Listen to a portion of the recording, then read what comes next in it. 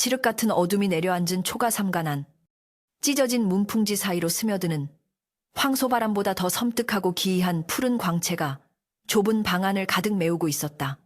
덕칠은 마른 침을 꿀꺽 삼키며 이불자락을 움켜쥐었는데 그의 눈동자는 공포로 인해 걷잡을 수 없이 흔들리고 있었고 옆에 누운 아내 수님 역시 사시나무 떨듯 바들바들 떨며 남편의 옷자락을 필사적으로 붙잡고 있었다.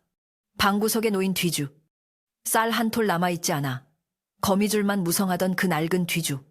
틈새로 마치 도깨비불 같은 시퍼런 빛이 뿜어져 나오고 있었으니 쩍쩍 갈라지는 소리가 마치 뼈가 부러지는 듯 고요한 정막을 깨트리며 들려왔다. 덕칠은 이것이 꿈이기를 바랐으나 코끝을 찌르는 알 수 없는 향긋한 냄새와 귀를 찢는 듯한 파열음은 이것이 분명한 현실임을 잔인하게 일깨워주고 있었다. 여보, 저게 대체 무슨 변고입니까? 혹시 우리가 며칠 전 들인 그 노인이 귀신이라도 되어 돌아온 게 아니요? 수님이 기어들어가는 목소리로 물었으나 덕칠은 대답 대신 식은땀이 흐르는 손으로 윗목에 놓인 호미 자루를 더듬어 잡았다. 빛은 점점 더 강렬해져 이제는 방 안의 사물들이 대낮처럼 선명하게 보일 지경에 이르렀는데 그 빛의 중심에는 분명 며칠 전 그들이 마지막 희망을 걸고 넣어두었던 정체불명의 씨앗 한 톨이 있었다. 뒤주 안에서 들려오는 소리는 마치 거대한 짐승이 알을 깨고 나오려는 몸부림처럼 격렬해졌고 낡은 나무 뚜껑이 들썩거릴 때마다 눈을 뜰 수 없을 만큼 찬란한 옥색 빗줄기가 천장을 뚫을 듯 치솟았다. 덕칠은 두려움을 무릅쓰고 엉금엉금 기어가 뒤주 앞으로 다가갔는데 그의 심장은 마치 당장이라도 터져버릴 듯 흉곽을 세차게 두드려댔다. 덕칠이 떨리는 손으로 뒤주 뚜껑에 손을 대는 순간 우지끈하는 소리와 함께 두꺼운 나무 판자가 튕겨져 나갔고 그 안에서 믿을 수 없는 광경이 펼쳐졌다. 불과 반 시각 전만 해도 아무런 기척이 없던 그곳에서 어른 팔뚝만한 굵기의 줄기가 뱀처럼 뺄리를 틀며 솟구쳐 오르고 있었는데 그것은 세상에 존재하는 여느 식물의 색깔이 아닌 영롱한 비취색을 띠고 있었다. 잎사귀 하나하나가 마치 보석을 깎아 만든 듯 투명하게 빛나고 있었고 줄기 끝에 매달린 봉오리는 금방이라도 터질 듯 붉은 기운을 머금은 채 요동치고 있었다. 덕칠과 수님은 그 자리에 주저앉아 입을 다물지 못했는데 이것은 닷새 전 몰아치던 눈보라 속에서 시작된 기이한 인연의 결과물임이 틀림없었다. 시간을 거슬러 닷새 전. 그날은 온 세상을 집어삼킬 듯한 폭설이 내리던 날이었고 덕칠네 부부는 며칠째 굶주림에 지쳐 차가운 냉돌 위에서 서로의 체온에 의지해 죽어가고 있었다. 흉년이 들어 마을 사람들조차 인심이 흉흉해진 터라 어디 가서 밥 한 술 얻어먹기 힘든 상황이었고 부엌 한 구석 항아리 바닥에는 쥐들이 먹다 남긴 보리, 쌀 한 줌만이 덩그러니 남아있을 뿐이었다. 이것마저 먹어버리면 우리는 정말 끝이오. 덕칠이 힘없는 목소리로 중얼거리자 수님은 눈물을 훔치며 마지막 남은 보리쌀을 씻어 솥에 안치려 했으나 그때 밖에서 희미하게 문을 긁는 소리가 들려왔다. 바람소리겠거니 하고 무시하려 했으나 이내 사람 살려주시오. 하는 가냘픈 신음소리가 눈보라를 뚫고 들려왔다. 덕칠이 삐그덕거리는 문을 열자 눈앞에는 차마 눈 뜨고 볼 수 없을 만큼 처참한 몰골의 노인 하나가 쓰러져 있었는데 옷이라기보다는 거적에 가까운 누더기를 걸치고 있었고 드러난 피부는 동상으로 검게 변해 있었다. 노인은 이미 숨이 넘어가는 듯 컥컥거리는 소리를 내며 덕칠의 발목을 잡았는데 그 손길이 어찌나 차가운지 마치 얼음장 같았다.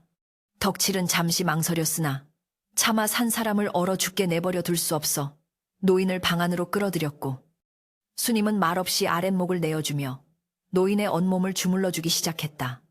두 부부의 뱃속에서는 꼬르륵 소리가 요란했으나 그들은 서로의 눈빛을 교환하며 무건의 결심을 내렸다. 여보, 저 노인장이 당장 숨이 넘어갈 듯하니 이 죽은 저분께 드립시다. 덕칠의 말에 수님은 고개를 끄덕이며 솥에서 끓고 있던 묽은 보리죽을 그릇에 담았는데 그것은 두 사람이 사흘을 버텨야 할 생명줄과도 같은 것이었다. 김이 모락모락 나는 죽그릇을 노인의 입가에 대어주자 노인은 허겁지겁 뜨거운 죽을 삼켰고 그 모습은 마치 굶주린 아귀와도 같아 보는 이의 가슴을 먹먹하게 했다. 죽 한 그릇을 깨 눈 감추듯 비운 노인은 그제야 혈색이 돌아온 듯 깊은 숨을 내쉬었고, 덕칠과 순임은 빈솥을 긁는 소리조차 낼 수 없어 그저 맹물로 배를 채우며 쓰린 속을 달래야만 했다. 다음 날 새벽, 눈보라가 그치고 해가 뜰 무렵 노인은 자리에서 일어났는데 어젯밤에 그 죽어가던 모습은 온데간데 없고 눈빛만이 형형하게 빛나고 있어 덕칠은 흠칫 놀랄 수밖에 없었다. 노인은 품 안에서 헝겊에 쌓인 작은 물건 하나를 꺼내 덕칠의 손에 쥐어주며 나지막이 말했는데, 그 목소리는 쇠를 긁는 듯 탁하면서도 묘한 울림이 있었다. 내 가진 것이 없어 이것으로 밥값을 대신하네. 이것은 평범한 씨앗이 아니니 자네 집에서 가장 깨끗한 곳에 심고 정성을 다해 기다리게. 하늘은 스스로 돕는 자를 돕는 법이라네.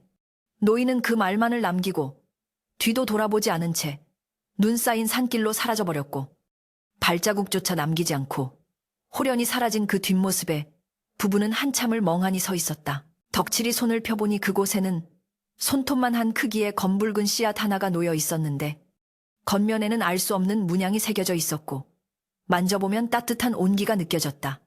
이걸 심으라고 당장 먹을 것도 없는데. 덕칠은 허탈한 웃음을 지었으나 순임은 노인의 말이 예사롭지 않게 느껴져 비어있는 쌀 뒤줄을 깨끗이 닦고 그 안에 흙을 채워 씨앗을 심었다. 그것이 바로 사흘 전의 일이었고, 그동안 아무런 변화가 없던 씨앗이 오늘 밤 갑자기 요동을 치며 기적을 일으키고 있는 것이었다. 다시 현재로 돌아와 덕칠과 순임은 눈앞에서 펼쳐지는 믿지 못할 광경에 숨소리조차 죽이고 있었다. 푸른 줄기는 어느새 천장에 닿을 만큼 자라났고, 방 안을 가득 채운 신비한 향기는 굶주림마저 잊게 할 만큼 황홀했는데, 줄기 끝에 매달려 있던 붉은 봉오리가 서서히 벌어지기 시작했다. 닥타닥하는 소리와 함께 봉오리가 완전히 개화하자 그 안에서 쏟아져 나온 것은 향긋한 꽃내음이 아니었다.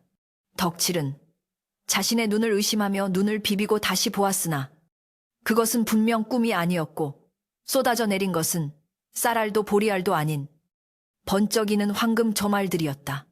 봉오리 하나가 터질 때마다 쌀알만한 순금 덩어리들이 후두둑 소리를 내며 뒤주 안으로 쏟아져 내렸고, 순식간에 텅 비어있던 뒤주, 바닥이 황금빛으로 물들기 시작했다. 여보, 이게 뭡니까? 이게 다 금이란 말이오. 덕칠은 떨리는 손으로 황금 보달을 한 줌 집어들었는데 묵직한 무게감과 차가운 감촉이 손끝에 전해져 오자 온몸에 전율이 흘렀다. 순임 역시 놀라서 입을 다물지 못하고 있었는데 식물은 멈추지 않고 계속해서 봉오리를 튀어내며 황금을 쏟아내고 있었다. 굶주림에 허덕이던 가난한 농부 부부의 초라한 방 안은 어느새 왕의 보물창고보다 더 찬란한 빛으로 가득 찼고, 그 빛은 문틈 사이로 새어나가 어두운 마을의 밤하늘을 기이하게 비추고 있었다. 덕칠은 기쁨보다는 덜컥 겁이 났는데, 평생 흙만 파먹고 살던 천한 자신들에게 이런 과분한 복이 내려진다는 것이 믿기지 않았기 때문이었다. 이건 하늘이 내린 상일까요? 아니면 우리를 시험하려는 재앙일까요? 순임이 불안한 눈빛으로 덕칠을 바라보며 물었고, 덕칠은 대답을 찾지 못한 채 황금 도알이 쌓여가는 뒤주를 멍하니 바라보았다. 그때 밖에서 누군가의 인기척이 들려왔고 부부는 화들짝 놀라 황급히 이불로 뒤주를 덮었다. 이 밤중에 뉘시여, 덕칠이 떨리는 목소리로 묻자 밖에서는 대답 대신 거친 기침 소리와 함께 멀어지는 발소리만이 들려왔다. 덕칠은 직감적으로 느꼈다.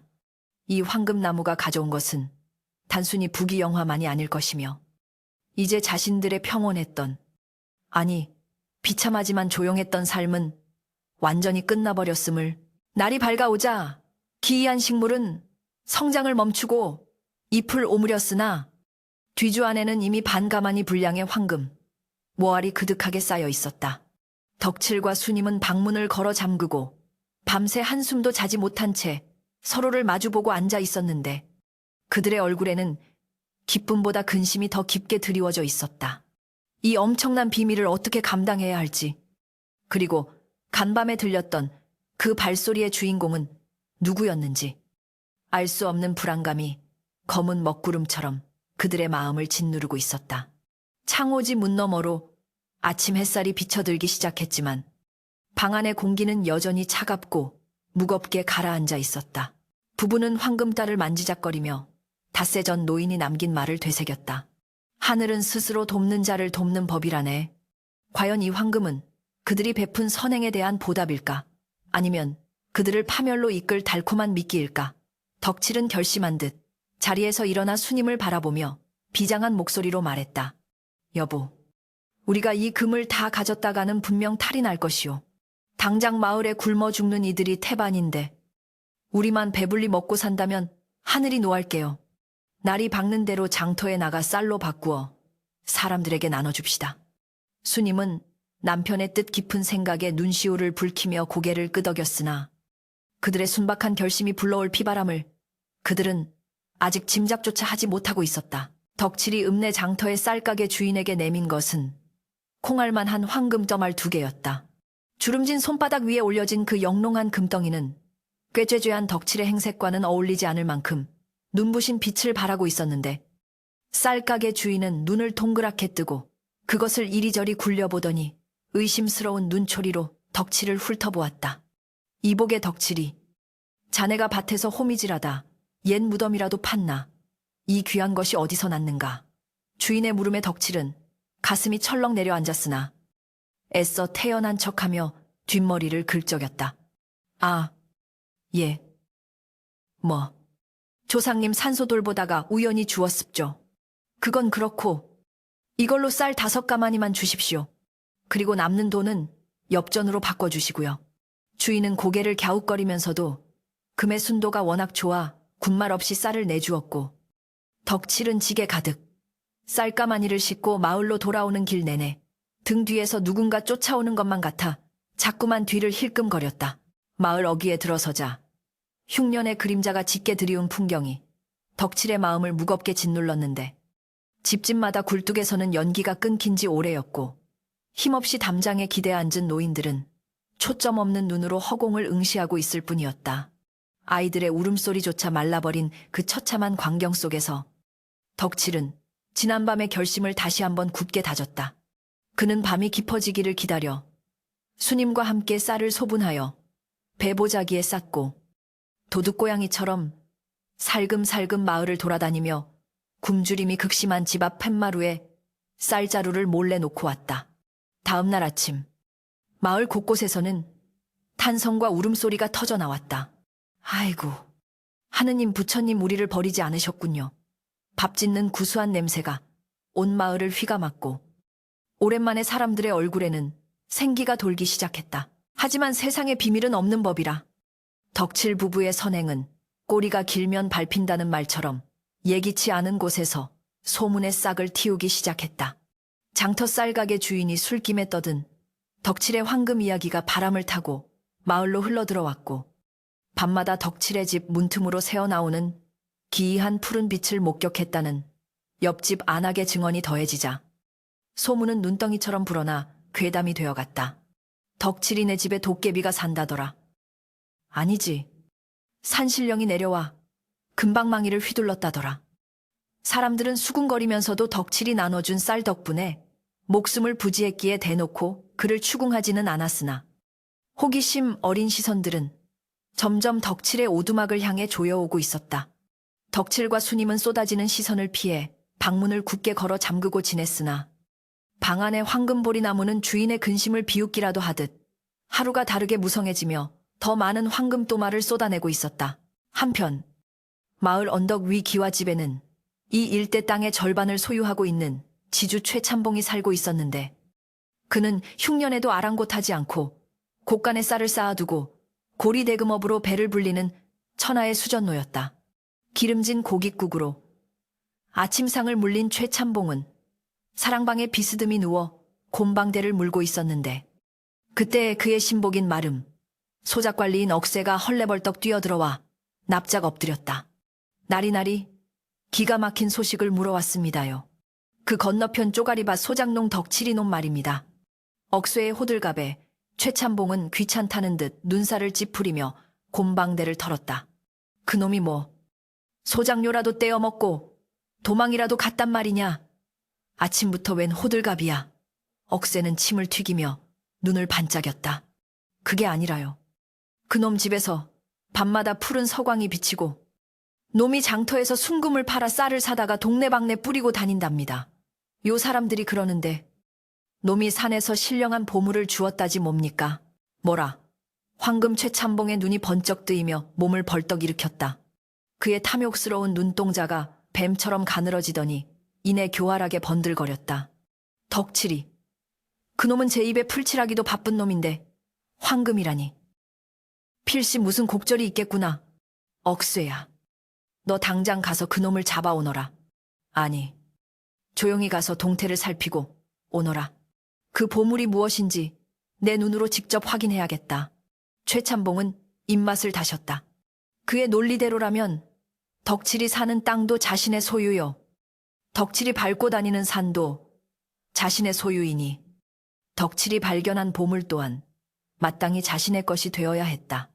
탐욕은 이성을 마비시켰고 그는 이미 그 정체불명의 보물이 자신의 손안에 들어온 듯한 착각에 빠져 음흉한 미소를 지었다. 그날 밤 달빛조차 구름에 가려 어두컴컴한 시각에 억새와 덩치 큰 하인 두 명이 덕칠의 집 울타리 너머로 숨어들었다.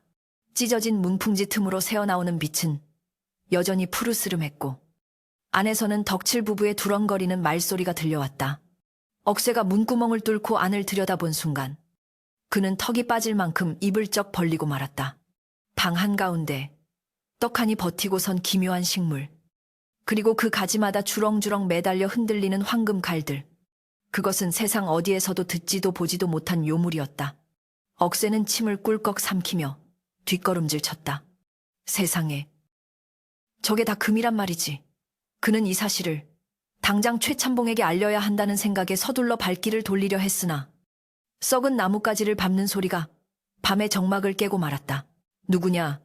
덕칠의 날카로운 외침과 함께 방문이 벌컥 열렸고 억새는 당황하여 엉덩방아를 리섰다.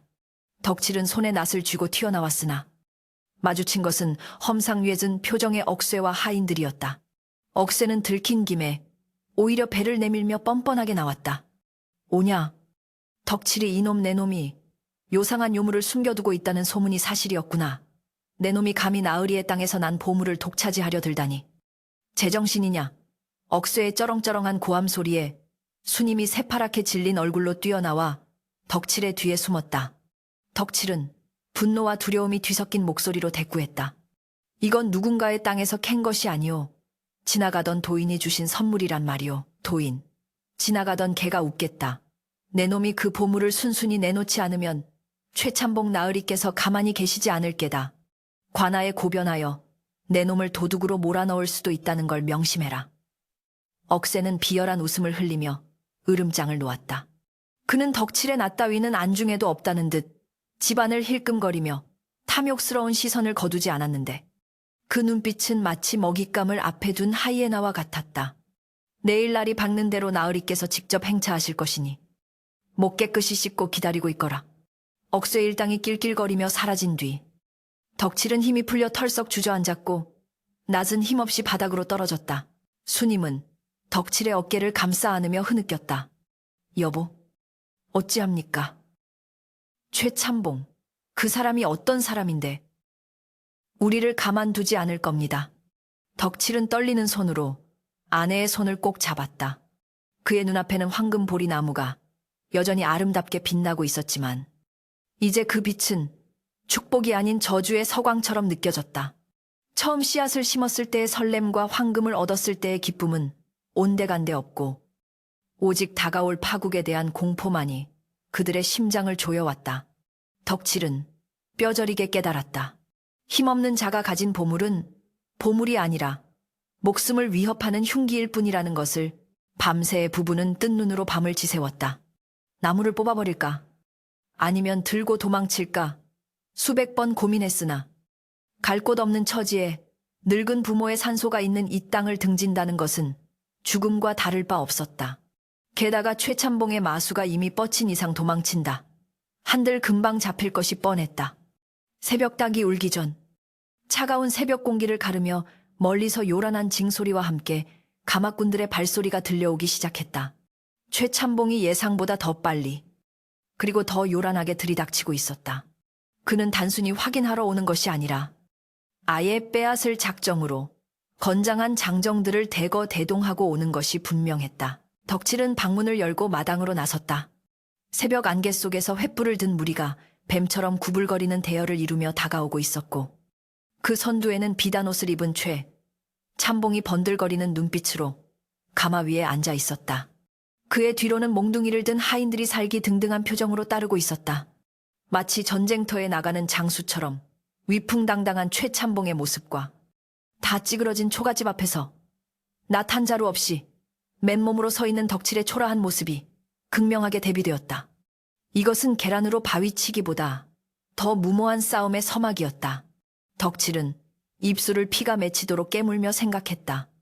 내 목숨은 내놓더라도 저 욕심쟁이에게 이 신령한 나무를 넘겨줄 수는 없다.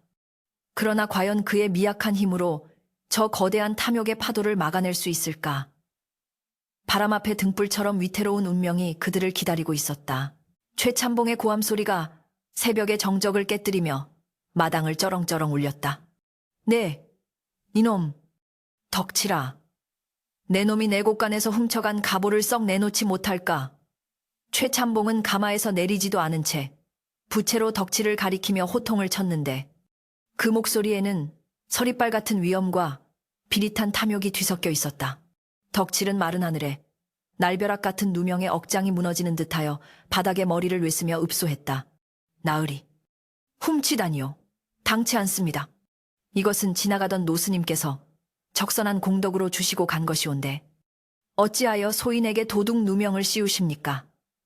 덕칠의 절규에도 최참봉은 코웃음을 칠 뿐이었다. 그는 이미 관아의 형방과 입을 맞춰놓은 상태였고, 이 힘없는 소장농 하나쯤 매장시키는 것은 손바닥 뒤집기보다 쉬운 일이었다. 이놈이 끝까지 오리발을 내미는구나. 그 씨앗은 내 조부 때부터 내려오던 황금 보리 종자로 며칠 전 쥐새끼 같은 놈이 곳간에 들어 훔쳐갔다는 것을 내 이미 알고 있다. 내 놈이 갑자기 벼락부자 행세를 하며 쌀을 뿌리고 다닌 것이 그 증좌가 아니고 무엇이더냐. 최참봉의 눈짓 한 번에 억쇠와 장정들이 덕칠에게 달려들었다. 수님이 비명을 지르며 남편을 막아서려 했으나 억쇠의 거친 손길에 힘없이 나동그라졌다. 장정들은 덕칠을 멍석말이 하듯 거칠게 포박하여 무릎을 꿇렸고, 억쇠는 몽둥이를 들어 덕칠의 등을 사정없이 내려쳤다. 억하는 외마디 비명과 함께 덕칠의 입에서 붉은 피가 터져나왔다.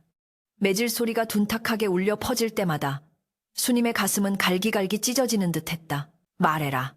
그 요물 단지를 어디에 숨겼느냐. 억새가 으르렁거렸지만 덕칠은 고통으로 일그러진 얼굴을 하고서도 입을 굳게 다물었다. 그는 알고 있었다. 저들이 원하는 것을 손에 넣는 순간 자신들의 목숨은 파리 목숨만도 못하게 버려질 것이라는 사실을, 그리고 무엇보다 그 신령한 노인과의 약속, 그 신의를 저버릴 수 없다는 오기가 덕칠의 정신을 붙들고 있었다. 최참봉은 혀를 차며 가마에서 내려와 덕칠의 턱을 지시겨 잡았다. 독한 놈. 내 너를 관아로 끌고 가서 주리를 틀어야 바른 대로 불겠구나. 여봐라. 이놈을 당장 형틀에 묶어라. 최참봉의 명령에 하인들은 반쯤 실신한 덕칠을 질질 끌고 가기 시작했고, 덕칠의 두 다리는 힘없이 바닥에 끌려 흙먼지를 일으켰다. 수님은 미친 듯이 달려가 최참봉의 바짓가랑이를 붙잡고 매달렸다. 나으리, 제발 살려주십시오. 제 남편은 도둑질을 할 위인이 못 됩니다. 제발 자비를 베풀어 주십시오. 그녀의 애원에도 최참봉은 더러운 것을 보았다는 듯 발길질로 수님을 걷어찼다. 에이, 재수없게 내년도 한통 속이렸다. 내 서방이 옥사에서 뼈가 으스러지는 꼴을 보고 싶지 않거든. 당장 그 물건을 내 집으로 가져오너라. 만약 해가 중천에 뜰 때까지 가져오지 않으면 네, 서방의 목은 저작거리에 내걸릴 것이다. 최참봉 일행이 덕칠을 끌고 사라지자 마당에는 흙먼지와 함께 수님의 처절한 통곡 소리만이 남았다. 홀로 남겨진 수님은 넋이 나간 사람처럼 방 안으로 기어 들어갔다. 방 안에는 여전히 황금보리 나무가 찬란한 옥색빛을 뿜어내고 있었는데 그 아름다움이 지금은 너무나도 원망스럽고 끔찍하게 느껴졌다. 이따위 황금이 다 무슨 소용이란 말인가. 여보. 수님은 황금과리 주렁주렁 매달린 나무를 멍하니 바라보다가 부엌으로 달려가 식칼이 아닌 호미를 집어들었다. 그녀의 눈에서는 더 이상 눈물이 흐르지 않았다. 오직 남편을 살려야 한다는 일념 하나만이 그녀의 전신을 지배하고 있었다. 그녀는 떨리는 손으로 뒤주 속의 흙을 파내기 시작했다. 뿌리가 다치지 않게 조심하면서도 속은 타들어가는 듯 급박했다. 신기하게도 나무의 뿌리는 뒤주 바닥 깊숙이 박혀 있었으나 수님의 간절한 손길이 닿자 마치 스스로 흙을 놓아주듯 스르르 뽑혀 나왔다. 수님은 자신의 치마폭을 찢어 뿌리를 감싸고 그 무거운 나무를 품에 안았다. 나무는 마치 살아있는 생명체처럼 따스한 온기를 내뿜으며 수님의 가슴팍을 데웠으나 그녀에게는 그 온기가 마치 남편의 식어가는 체온을 대신하는 것만 같아 더욱 서러웠다. 그녀는 머리를 질끈 동여매고 밖으로 나섰다.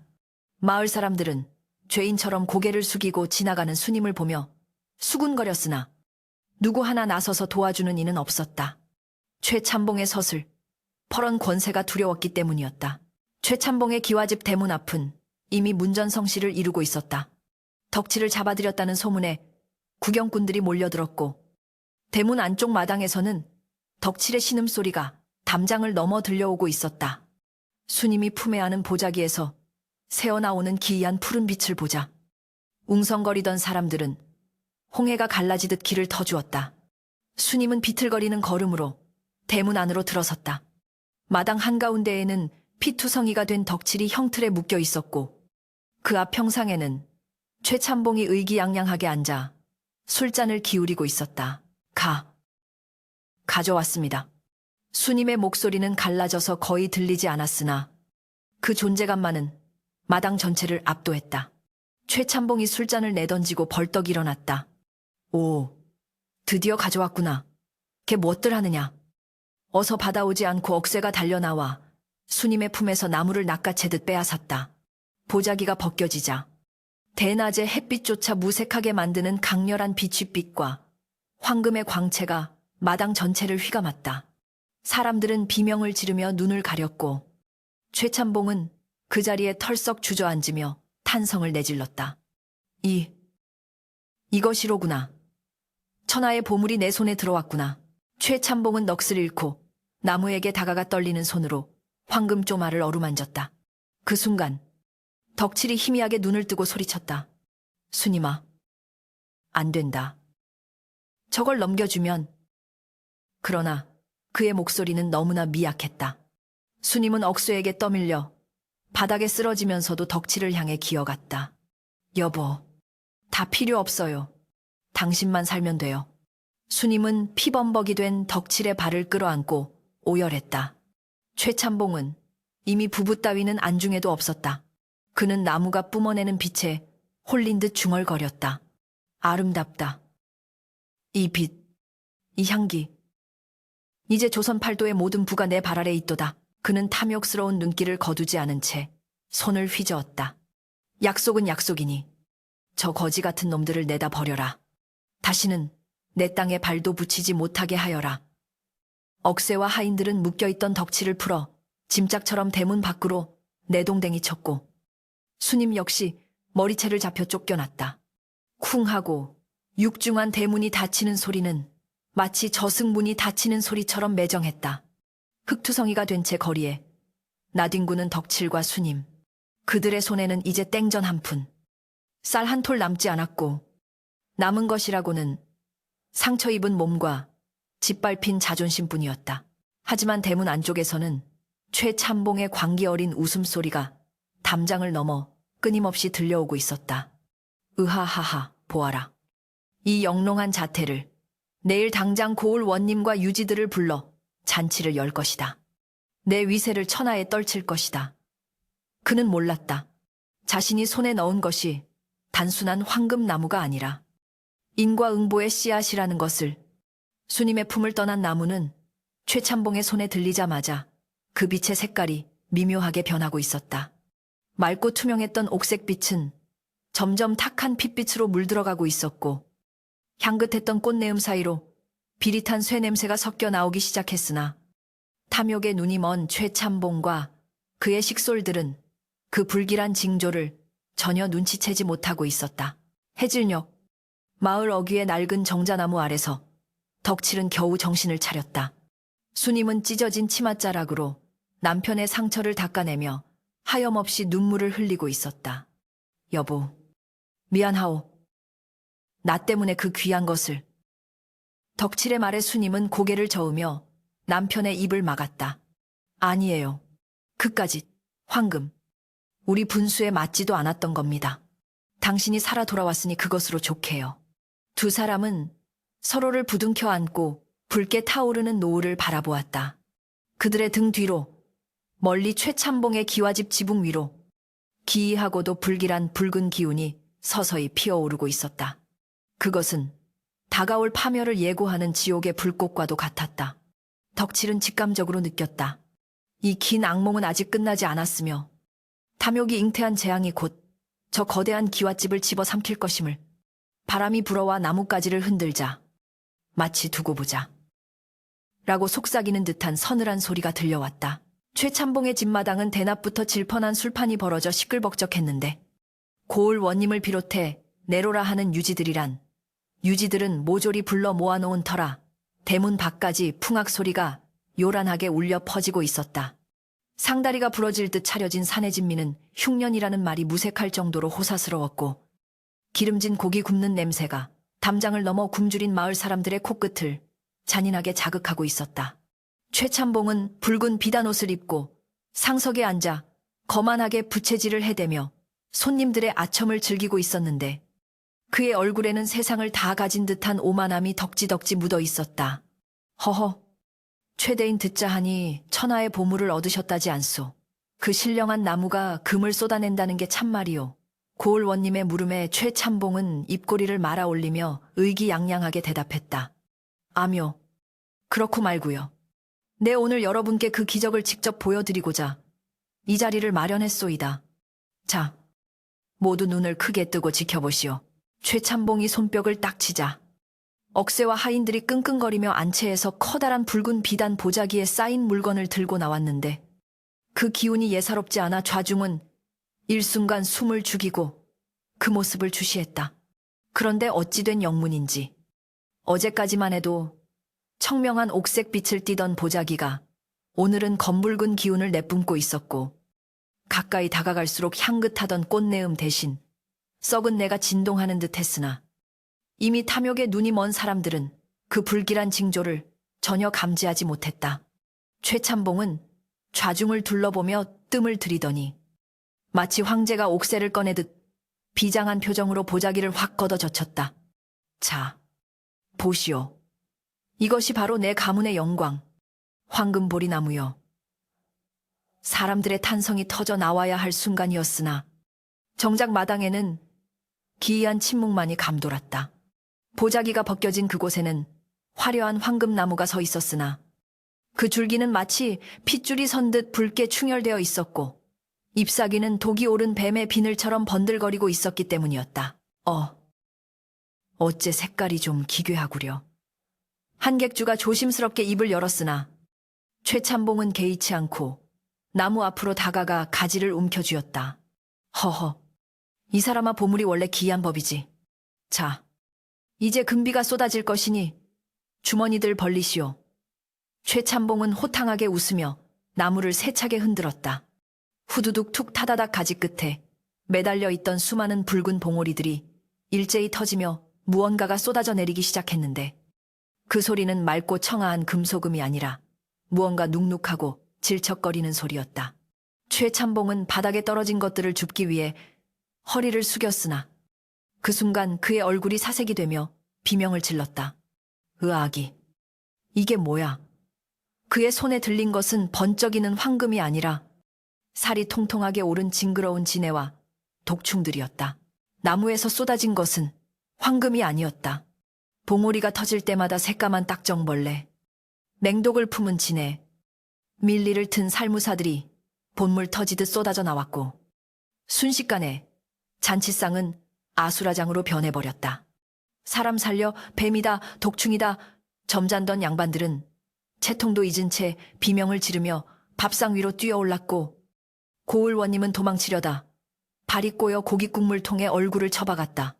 벌레들은 마치 지능이 있는 듯 최참봉과 탐욕스러운 눈빛을 보냈던 손님들에게만 달려들어 살점을 물어뜯고 값비싼 비단 옷을 갉아먹기 시작했다. 마당은 순식간에 아비규환의 지옥도로 변했고, 최참봉은 온몸에 달라붙은 지네를 떼어내려 발광춤을 추듯 날뛰었다. 억새야, 뭣들 하느냐. 어서 이 요물을 치워라. 불을 가져와라. 그가 고래고래 소리를 질렀지만 억새와 하인들 역시 뱀떼에 쫓겨 도망치기에 바빴다. 그때였다. 나무의 중심 줄기에서 뿜어져 나오던 검붉은 빛이 갑자기 맹렬한 불길로 변하더니 화르륵 하는 소리와 함께 허공으로 치솟아 올랐다. 그 불길은 일반적인 불이 아니라 마치 살아있는 용처럼 꿈틀거리며 최참봉의 곳간으로 향했는데, 그곳은 그가 평생 백성들의 고혈을 짜내어 모은 쌀과 비단이 산더미처럼 쌓인 곳이었다. 안 돼. 내 재산, 내 쌀. 최참봉이 울부짖으며 불길을 막으려 했으나 뜨거운 열기에 접근조차 할 수 없었다. 불은 순식간에 곳간을 집어삼켰고, 건조한 날씨 탓에 불길은 기와집의 안채와 사랑채로 무섭게 번져나갔다. 신기한 것은 그 불길이 오직 최참봉의 재물과 집기들만 태울 뿐, 마당에 엎드려 벌벌 떨고 있는 죄 없는 하녀들이나 밖에서 구경하던 마을 사람들에게는 불똥 하나 튀지 않는다는 점이었다. 온 마을 사람들이 불구경을 하러 몰려든 가운데 불타는 집 마당 한 구석에서 낡은 삿갓을 쓴 허름한 차림의 사내가 천천히 몸을 일으켰다. 그는 잔치 초입부터 구석에서 조용히 술만 마시던 낯선 객이었는데, 아수라장이 된 상황에서도 전혀 동요하지 않고 부채를 펴들고 서 있었다. 최참봉이 불타는 집을 보며 땅을 치고 통곡하고 있을 때 사내는 쩌렁쩌렁한 목소리로 호통을 쳤다. 네, 이놈 최가야. 하늘이 내린 신물 정우를 탐하고 선량한 백성을 핍박한 죄가 얼마나 큰지 이제야 알겠느냐. 최참봉은 독충에 물려 퉁퉁 부은 얼굴로 사내를 쏘아보았다. 네, 이놈은 또 누구냐. 감히 어느 안전이라고 주둥이를 놀려. 그 순간 사내는 허리춤에서 무언가를 꺼내 높이 치켜들었는데, 불빛에 반사되어 번쩍이는 그것은 바로 5마리의 말이 새겨진 마패마파였다. 암행어사 출두야. 사내의 외침과 함께 대문 밖에서 대기하고 있던 역졸들이 육모 방망이를 들고 출두야를 복창하며 들이닥쳤다. 고을원님은 그 자리에서 혼절해버렸고, 최참봉은 다리에 힘이 풀려 주저앉고 말았다. 그는 자신이 그토록 믿었던 권력과 재물이 한순간에 물거품이 되었음을 깨달았다. 암행어사는 삿갓을 벗어 던지고 서리빨 같은 눈빛으로 최참봉을 내려다보았다. 나는 조정의 명을 받아 민정을 살피던 중 내 놈의 악행을 낱낱이 전해 듣고 지켜보고 있었다. 하늘이 내린 재앙은 피할 수 있어도 네가 지은 죄의 대가는 피할 수 없을 것이다. 어사는 떨고 있는 최참봉을 포박하라 명하고 불타오르는 황금나무를 바라보았다. 기이하게도 집안의 모든 재물이 잿더미가 되자 맹렬하던 불길은 거짓말처럼 사그라들었고, 독충과 뱀들도 연기처럼 사라져버렸다. 남은 것은 검게 그을린 집터와 알거지가 된 최참봉, 그리고 흉측하게 말라 비틀어진 나무 그루터기뿐이었다. 어사는 멍석에 말려 끌려나가는 최참봉을 향해 엄숙하게 선고했다. 너의 전 재산은 국고로 환수하여 흉년에 굶주리는 백성들을 구제하는 데 쓸 것이며, 너는 곤장 100대를 맞고 천리 밖으로 유배를 떠나게 될 것이다. 최참봉의 절규가 메아리 쳤으나 그를 동정하는 사람은 아무도 없었다. 오히려 담장 밖에서 지켜보던 마을 사람들은 만세를 부르며 환호했다. 소란이 진정되자 어사는 역졸들에게 명하여 마을 어귀 정자나무 아래 쓰러져 있던 덕칠과 수님을 모셔오라 했다. 영문도 모른 채 관아의 가마에 실려온 두 부부는 잿더미가 된 최참봉의 집을 보고 입을 다물지 못했다. 어사는 그들 앞에 다가와 정중하게 허리를 굽혔다. 그대들이야말로 진정한 보물의 주인이나 탐욕스러운 자들 틈에서 고초를 겪었구려. 내 비록 늦게 당도하여 그대들의 몸에 난 상처를 막지는 못했으나 마음의 억울함만은 풀어주리라. 덕칠과 수님은 감격하여 눈물을 흘리며 어사 앞에 무릎을 꿇었다. 나으리. 저희는 그저 살아서 다시 만난 것만으로도 족합니다. 저 무서운 나무가 사라진 것이 오히려 다행입니다. 어사는 그들의 욕심 없는 마음에 감복하여 고개를 끄덕였다. 보물은 사라진 것이 아니라 본래의 자리로 돌아간 것이요. 저 재 속에 남은 것이 보이지 않소. 어사가 가리키는 곳. 검게 타버린 나무 그루터기 아래에는 불길 속에서도 타지 않고 영롱하게 빛나는 씨앗 한 톨이 남아 있었다. 그것은 처음 노인이 주었던 바로 그 씨앗이었다. 하지만 이번에는 겉면의 붉은 기운이 사라지고 마치 갓 태어난 아기의 살결처럼 뽀얗고 순수한 빛을 띠고 있었다. 어사는 그 씨앗을 집어 덕칠의 손에 쥐어주었다. 이것은 황금을 낳는 씨앗이 아니라 마음을 비추는 거울이요. 탐욕스러운 자에게는 재앙을, 선한 자에게는 생명을 주는 법이지. 이제 이 씨앗을 황금이 아닌 곡식으로 키워내시오. 그것이 하늘이 그대들에게 내린 진짜 사명일 것이오. 덕칠은 떨리는 손으로 따뜻한 씨앗을 받아들었다. 불타버린 폐허 위로 맑은 달이 떠오르고 있었고 밤 공기는 차가웠지만 덕칠과 수님의 가슴 속에는 뜨거운 무언가가 차오르고 있었다. 최참봉의 탐욕이 휩쓸고 간 자리는 처참했지만 그 폐허 속에서 새로운 희망이 싹트고 있음을 모두가 직감하고 있었다. 이제 모든 거짓과 허영이 불타 없어졌으니 남은 것은 땀 흘려 일구어야 할 정직한 땅과 내일의 태양뿐이었다. 덕칠은 씨앗을 소중히 품에 안고 수님의 손을 잡으며 다짐했다. 다시는 헛된 욕심에 휘둘리지 않고 흙냄새 맡으며 정직하게 살아가겠노라고. 그들의 뒷모습을 바라보는 어사의 입가에 흐뭇한 미소가 번졌다. 최참봉의 기와집을 집어삼켰던 화마가 휩쓸고 지나간 자리에는 거무튀튀한 재와 무너진 담벼락만이 흉물스럽게 남아 있었으나 신기하게도 마을을 감싸고 돌던 무겁고 탁한 공기는 씻은 듯이 사라져버렸다. 봄바람이 불어와 매캐한 탄 냄새를 걷어내자 그 자리에는 향긋한 흙내음과 풀냄새가 채워지기 시작했다. 마을 사람들은 더 이상 최참봉의 덫을 퍼런 눈치를 보지 않아도 된다는 사실에 안도하며 굽어있던 허리를 펴고 서로의 얼굴을 마주보며 웃음을 되찾았다. 덕칠과 수님 역시 낡은 오두막으로 돌아왔다. 비록 세간살이는 변변치 않았고 뒤주는 비어 있었지만 두 사람의 마음은 그 어느 때보다 평온하고 가득 찬 듯했다. 그들은 마루에 걸터앉아 어사가 남겨준 이제는 평범해 보이기까지 하는 뽀얀 씨앗 한 톨을 하염없이 들여다보았다. 여보, 어사 나으리 말씀대로 이것을 다시 심어야겠지요. 헌데 이번에도 금이 나오지 않으면 어쩌나. 걱정은 안 돼요. 수님이 조심스럽게 묻자 덕칠은 고개를 가로저으며 흙투성이가 된 손으로 아내의 손을 꼭 잡았다. 금이 나오지 않으면 어떻소? 보리가 나오면 밥을 해먹고 풀이 나오면 소를 먹이면 되지요. 우리가 욕심을 부려 천벌을 받을 뻔했으나 하늘이 기회를 주셨으니 이제는 농사꾼의 본분대로 흙에 기대어 살아봅시다. 덕칠의 눈빛은 흔들림 없이 단단했다. 그는 화려한 황금의 환영보다 거친 손마디로 일구는 정직한 땀방울의 가치를 뼈저리게 깨달은 것이었다. 다음 날 새벽, 동이 트기도 전에 덕칠은 대미를 둘러매고 집 뒤편 양지바른 언덕으로 올라갔다. 그는 잡초가 무성하던 땅을 고르고 돌을 골라내어 부드러운 흙을 만든 뒤 경건한 마음으로 씨앗을 심었다. 이번에는 썩은 거름 대신 정성껏 모은 맑은 물을 주었고 탐욕스러운 주문 대신 풍년을 기원하는 소박한 기도를 올렸다. 천지신명이시여, 부디 이 씨앗이 자라 배고픈 이들의 줄인 배를 채우게 해주소서. 흙을 덮는 덕칠의 손길은 마치 갓난아기를 다루듯 조심스럽고 따뜻했다. 그것은 더 이상 일확천금을 노리는 도박이 아니라 생명을 잉태시키는 숭고한 의식이었다. 며칠이 지나자 흙을 뚫고 여린 새싹이 돋아났는데 지난번처럼 요란한 서광이나 기이한 성장 속도는 없었다. 그저 햇살을 받으면 조금씩 자라고 비를 맞으면 잎을 틔우는 지극히 평범한 보리싹이었다. 하지만 덕칠과 수님은 그 더딘 성장이 오히려 반갑고 고마웠다.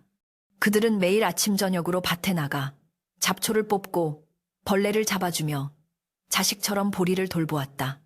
마을 사람들도 오다 가다 덕칠의 밭을 보며 한마디씩 거들었다. 덕칠이.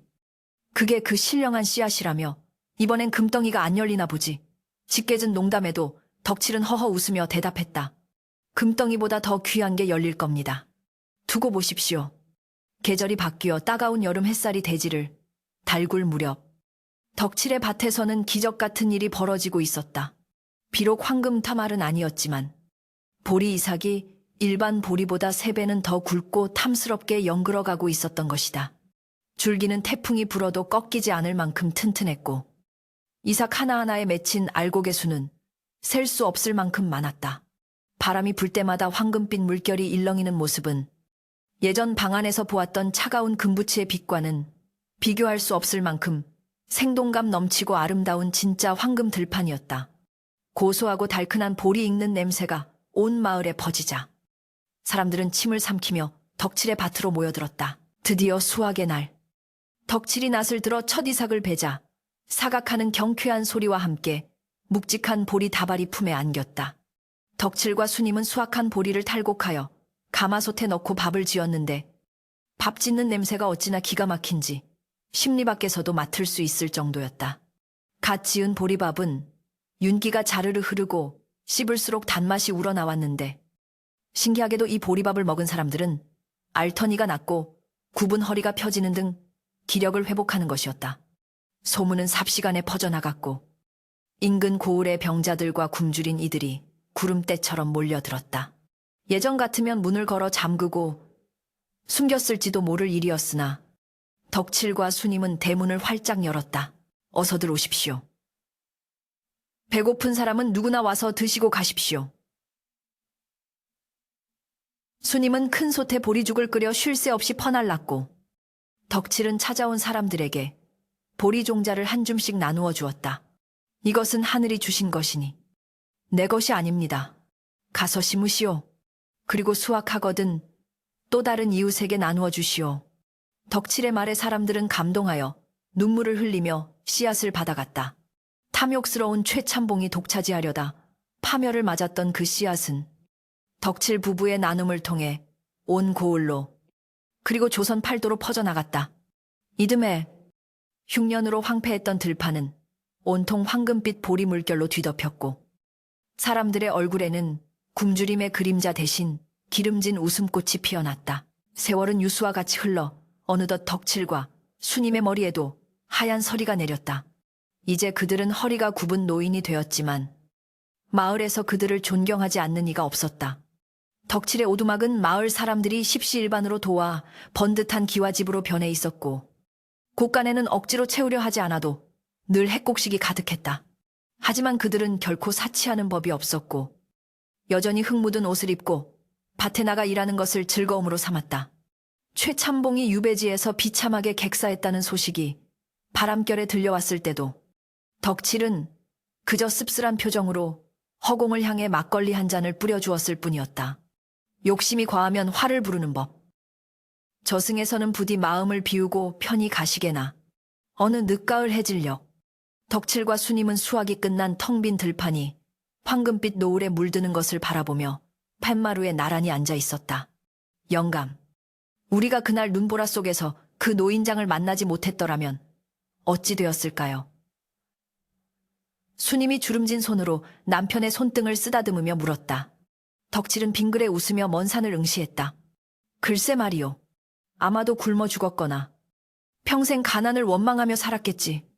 그분은 우리에게 보리 씨앗을 주신 게 아니라 사람답게 사는 법을 알려주러 오신 부처님이 아니셨을까 싶소. 그때 밭두렁 저편에서 삿갓을 쓴 노승 하나가 지팡이를 짚고 지나가는 모습이 보였다. 허름한 누더기 차림이었으나 석양을 등진 그 모습이 어쩐지 낯익었다. 덕칠이 눈을 비비고 다시 보았을 때 노승은 이미 사라지고 없었지만 바람결에 실려온 맑은 목탁 소리와 함께 허공에서 나지막한 목소리가 들리는 듯했다. 잘 살았다. 참으로 잘 살았다. 흙에서 난 것을 흙으로 돌리고 받은 것을 나누었으니 그것이 바로 진정한 황금이로다. 덕칠과 수님은 서로를 마주보며 고개를 끄덕였다. 그들은 알고 있었다. 진짜 보물은 괴짝 속에 숨겨둔 차가운 금덩이가 아니라 지금 눈앞에 펼쳐진 풍요로운 대지와 배불리 먹고 웃음 짓는 이웃들의 얼굴, 그리고 욕심 없이 늙어가는 서로의 주름진 얼굴이라는 것을 두 노부부는 말없이 서로의 어깨에 머리를 기대었다. 들판을 스치고 지나가는 바람 소리가 마치 대지의 자장가처럼 평온하게 울려 퍼졌고, 하늘에는 어느새 둥근 보름달이 떠올라 그들의 넉넉한 노년을 환하게 비추어 주었다. 덕칠이 품 안에서 잘 여문 보리 이삭 하나를 꺼내 달빛에 비추어 보았다. 그것은 순금보다 더 영롱하고 다이아몬드보다 더 값진 생명의 빛을 머금고 있었다. 수님아, 내년 봄에도 우리 이 씨앗을 심읍시다. 덕칠의 말에 수님은 환한 미소로 답했다. 아며, 힘 닿는 데까지 심어야죠.